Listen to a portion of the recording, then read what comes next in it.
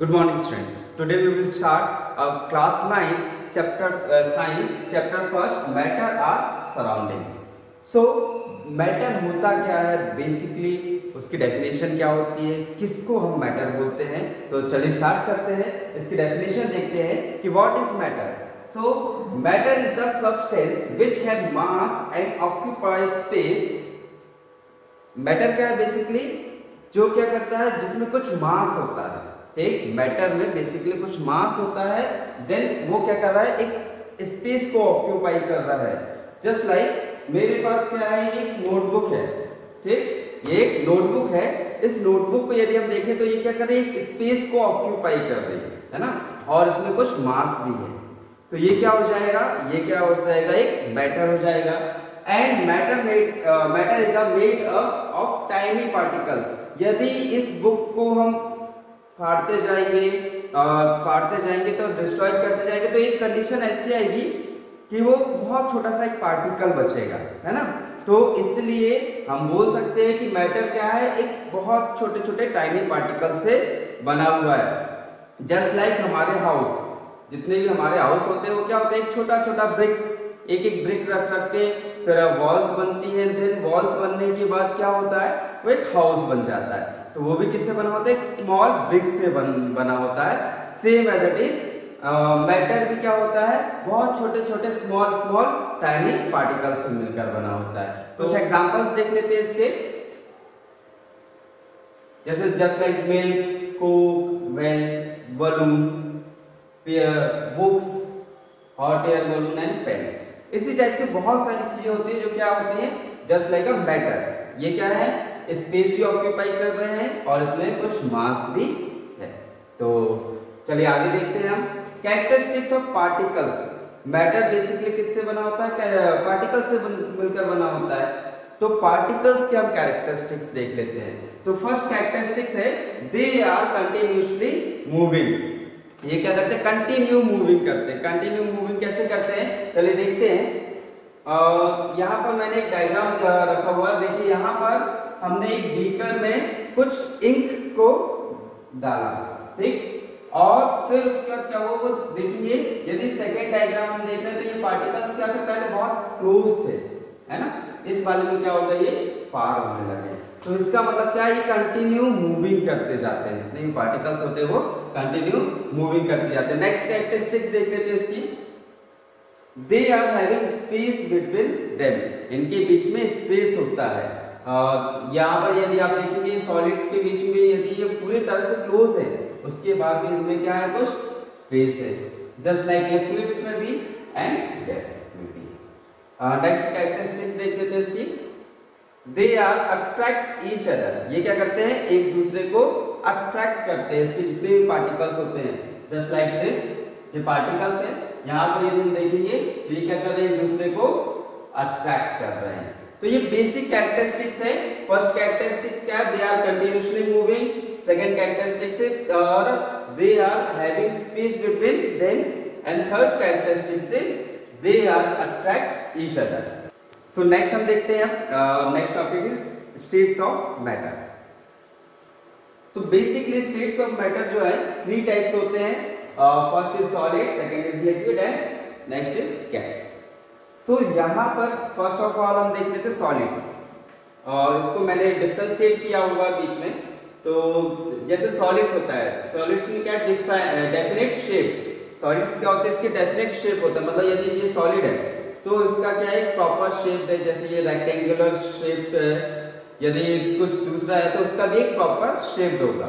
लेकिन यदि हम लिक्विड्स को देखें तो लिक्विड्स क्या होता है, नो डेफिनेट शेप। इसमें कोई भी डेफिनेट शेप नहीं होता। यदि हमने इसको ग्लास में डाल दिया तो ग्लास का शेप हो जाएगा, एक वॉल में डाल दिया तो वॉल का शेप हो जाएगा, और किसी टब में डाल दिया तो टब का शेप हो जाएगा, एंड बाल्टी में डाल दिया तो बाल्टी का शेप हो जाएगा। तो इसमें प्रॉपर शेप नहीं होता। Same as it is gases जो होती है, इसमें भी कोई डेफिनेट शेप नहीं होता है। नेक्स्ट हम देख लेते हैं इसमें डिस्टिंक्ट बाउंड्रीज। यदि आप सॉलिड्स को देखें तो इसमें एक बाउंड्रीज होती है ना। जैसे इसमें आप चारों तरफ देखेंगे तो एक बाउंड्री जैसा हमको शेप प्रॉपर दिख रहा है। यदि लिक्विड्स को देखेंगे तो इसमें no distinct boundaries and same as it is gases में भी इसमें कोई भी बाउंड्रीज नहीं होती है। नेक्स्ट देख लेते हैं सॉलिड्स जो होते हैं रिजिड होते हैं। सॉलिड्स जितने भी होंगे रिजिड्स होंगे, मतलब कठोर होते हैं। यदि आप उसको थोड़ा सा प्रेशर देंगे तो भी वो क्या होंगे, चेंजेस नहीं होता। लेकिन लिक्विड्स में क्या होती है, फ्लूइडिटी होती है, वो फ्लो करते रहते हैं हर जगह पर। और same as it is gases में भी जितने मॉलिक्यूल्स होते हैं वो भी क्या होते हैं, फ्लो करते रहते हैं, मतलब उनमें भी क्या होती है, फ्लूइडिटी होती है। नेक्स्ट देख लेते हैं इनकम्प्रेसिबल। जो सॉलिड्स होते हैं ये इनकम्प्रेसिबल होते हैं। यदि आप सॉलिड्स को प्रेशर देंगे तो वो क्या कंप्रेस हो जाते हैं, नहीं होते, है ना। जैसे ये वॉल है, इसको मैं यदि मैं प्रेशर दूंगा तो ये क्या कंप्रेस होगी, नहीं होगी। क्यों नहीं होगी, क्योंकि ये क्या है, सॉलिड है। यदि लिक्विड की बात करें तो ये कंप्रेस होते हैं लेकिन बहुत कम कंप्रेस होंगे, है ना। इसमें लो कंप्रेसिबल होता है। और गैसेस जो होता है ये हाई कंप्रेसिबल होता है। गैसेस क्या होता है, बहुत ज्यादा हाई कंप्रेसिबल होता है। यदि आप वॉल्यूम्स की बात करेंगे तो वॉल्यूम पे यदि आप प्रेशर देंगे तो क्या होता है, कंप्रेस होता जाता है, कंप्रेस होता जाता है, ठीक। तो वो हाई कंप्रेस्ड होता है। देन नेक्स्ट हम देख लेते हैं डेफिनेट वॉल्यूम। सॉलिड्स जो होते हैं, सॉलिड्स में डेफिनेट वॉल्यूम होता है। सेम एज इट इज यदि गैसेस है, लिक्विड्स की बात करें तो इसमें भी डेफिनेट वॉल्यूम होता है और गैस में डेफिनेट वॉल्यूम नहीं होता, ठीक। क्योंकि गैस को यदि हम कहीं एक जगह रख देंगे तो वो पूरे में फैल जाएगा, उसमें कोई भी वॉल्यूम नहीं होगा। लेकिन लिक्विड को यदि हम देखें तो यदि हमने वॉल में रखा है तो वॉल के शेप का हो जाएगा, मतलब कि वॉल के बेस पे उसका जो वॉल्यूम है वो उसके अकॉर्डिंग हो जाएगा। सॉलिड्स में सेम मतलब कि बाउंड्री से रिजिड है तो उसका जो शेप होगा, उसका जो शेप होगा वो क्या होगा, प्रॉपर होगा। तो इसलिए उसका एक वॉल्यूम फिक्स होगा, है ना। चलिए नेक्स्ट देख लेते हैं हम इसके डायग्राम्स के कुछ एग्जांपल्स हैं। तो यहाँ पर यदि आप सॉलिड्स देखें तो पिलर्स, हेलीकॉप्टर, ये जो है ये क्या है, ये सॉलिड्स होते हैं। सेम एज इट इज यदि लिक्विड्स देखें तो लिक्विड क्या हो रहा है, इसका प्रॉपर शेप जिस भी शेप में हमने उसको डाला है वो शेप का हो गया। गैस की बात करें तो गैस क्या होता है, ये गैस के एग्जांपल्स हैं कुछ। नेक्स्ट हम देख लेते हैं change of states of matter. Change of states of matter क्या है, इसको मैंने एक बेसिक डायग्राम बनाया हुआ है। इस डायग्राम के बेस पर हम देख सकते हैं, ठीक। तो फर्स्ट ऑफ ऑल हम देखते हैं यदि एक सॉलिड है, एक सॉलिड है उसको हमने टेम्परेचर दिया, टेम्परेचर दिया, हीट दिए, तो वो किस में कन्वर्ट हो जाएगा, लिक्विड में कन्वर्ट हो जाएगा। देन लिक्विड में कन्वर्ट हो रहा है तो उसको हम क्या बोलेंगे, मेल्टिंग बोलेंगे। यदि सॉलिड लिक्विड में कन्वर्ट होगा तो उसको क्या बोल देंगे हम, मेल्टिंग बोल देंगे, ठीक। हमने क्या किया था, सॉलिड को हीट दी थी, सॉलिड को हीट दी थी तो वो मेल्ट हो गया, मतलब वो क्या हो गया, मेल्टिंग प्रोसेस हो गई। और यदि लिक्विड को हम हीट देंगे तो वो किस में कन्वर्ट हो जाएगा, गैसेस में कन्वर्ट हो जाएगा। तो गैस में यदि लिक्विड कन्वर्ट हो रहा है तो उसको क्या बोलते हैं हम, वेपोराइजेशन बोलते हैं, ठीक। सॉलिड यदि लिक्विड में कन्वर्ट होगा तो उसको हम मेल्टिंग बोलेंगे। देन लिक्विड यदि गैसेस में कन्वर्ट हो जाएगा तो वो क्या कहलाएगा, वेपोराइजेशन कहलाएगा। देन यदि हम गैसेस को कंडेंस करते हैं, प्रेशर देते हैं, गैस को कंडेंस करके प्रेशर देते हैं तो किसमें कन्वर्ट हो जाएगा, लिक्विड से कन्वर्ट हो जाएगा। देन तो वो वाली जो प्रोसेस होगी उसको क्या बोलेंगे हम, कंडेंसेशन। यदि गैस को लिक्विड में कन्वर्ट किया जाएगा तो वो प्रोसेस क्या कहलाएगी, कंडेंसेशन कहलाएगी। देन आफ्टर लिक्विड को यदि आप सॉलिड्स में कन्वर्ट करते हैं, जैसे आपने घरों में देखा होगा ना, बर्फ जब हम जमाते हैं, आइस क्यूब्स बनाते हैं, फ्रिज में रखते हैं तो क्या रखते हैं, लिक्विड रखते हैं, और वो क्या किसमें कन्वर्ट हो जाता है, सॉलिड्स में कन्वर्ट हो जाता है, मतलब आइस क्यूब्स बन जाते हैं वाटर। तो वो जो प्रोसेस है वो क्या कहलाती है, फ्रीजिंग कहलाती है। क्लियर हुआ।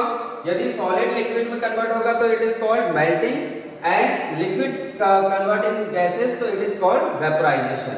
Then after gas converting liquid it is called condensation, and liquid convert in solids it is called freezing.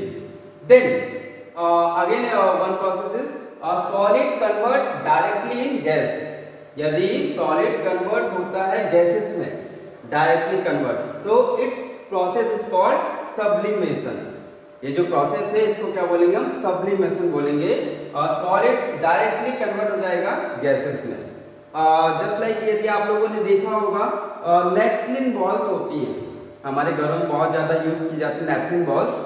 तो उसको आप देखेंगे कि यदि आपने कहीं पर भी डाल रखा हुआ है या फिर हमने अपने कपड़ों के साथ में रखा है, तो कुछ टाइम के बाद वो डिसॉल्व हो जाती है एटमॉस्फेयर में, ठीक। तो it is a process of sublimation. उसमें क्या होता है, सॉलिड जो है वो किसमें कन्वर्ट हो जाता है, गैसेस में कन्वर्ट हो जाता है। Just like second process is gas directly convert to solid. यदि गैस डायरेक्टली सॉलिड में कन्वर्ट हो रही है तो इट इज कॉल्ड डिपोजिशन। इसको क्या बोलते हैं हम, डिपोजिशन बोलते हैं। तो ये बेसिक थे चेंजेस ऑफ मैटर, जो मैटर है वो अपने स्टेट्स में कैसे चेंज होता है। तो ये हमारा फर्स्ट पार्ट था इस चैप्टर का। इसको अच्छे से प्रैक्टिस कर लेना, नोट कर लेना कॉपीज में, और नेक्स्ट पार्ट में हम इसको और आगे कंटिन्यू करेंगे। Okay, thank you.